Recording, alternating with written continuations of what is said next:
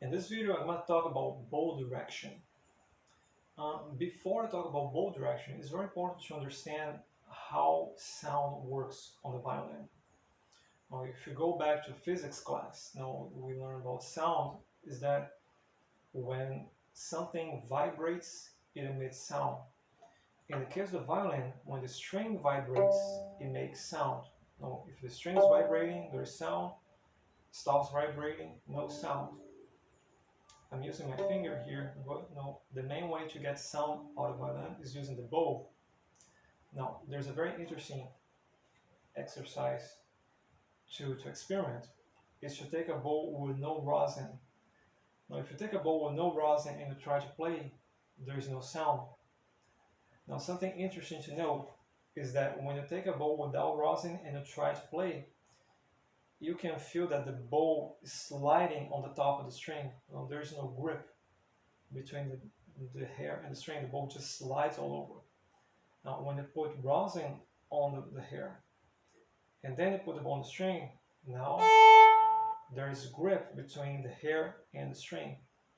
This grip is what makes the string vibrate and what makes the sound come out.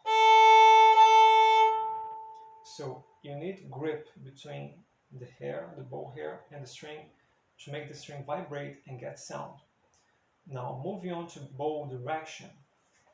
I'm going to hold the violin this way so it's easier to see. I'm going to hold the violin like this. I'm going to place my bow right here. I'm just going to touch it. I'm going to press the bow, just going to touch it. Let's see what happens. So just touching, not putting any pressure. So when I move the bow perpendicular to the string, I can get a clean sound. Because at this direction, that's the angle where I get the cleanest sound. That's the direction I get the highest amount of grip between the bow hair and the string. So that's the angle I get the cleanest sound. Now if I move the bow this way, if it's crooked this way, now all of a sudden there's no grip anymore. And the string doesn't vibrate properly. So it's hard to get a good sound. Now this way, too. So when you're playing the violin, you want to maintain this direction, perpendicular to the string, or parallel to the bridge. That's the angle where it's easier to get a good sound on the violin. Now, if I put the violin on the proper position, I'm going to place my bow here, perpendicular to the string. So that's the direction where I get the best sound. If the bow is like this, it's difficult to get a good sound. The bow slides all over the string here too. So I want to maintain the bow at this direction, perpendicular to the string, parallel to the bridge. Now, something very important to achieve that is your elbow movement. Now, I'm going to play without moving my elbow. Let's see what happens. So, see, when I don't move my elbow, the bow starts getting out of place. Now, if I move my elbow, stretch and bend the elbow, now I get the proper bow direction. Now the bow is perpendicular to the string. So that's something very important to remember when you're playing, to use your elbow. Okay. So when you play violin, there are some terms we use to indicate whether we are pulling or pushing the bow.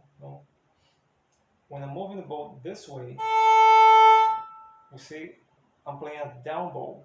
If I move the bow this way, that's an up bow.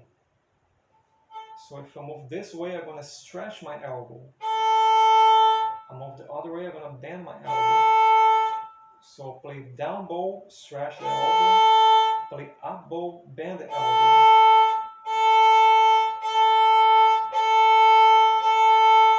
So, and that's how you maintain the bow perpendicular to the string. So you get a good sound. So remember, when you're playing, maintain this angle, perpendicular to the string or parallel to the bridge, whatever makes easier. That's the angle where it's easier to get the best sound, the cleanest sound. And remember to use your elbow. Stretch your elbow to play down bow, bend the elbow to play up bow. So that's the proper direction to play on the violin.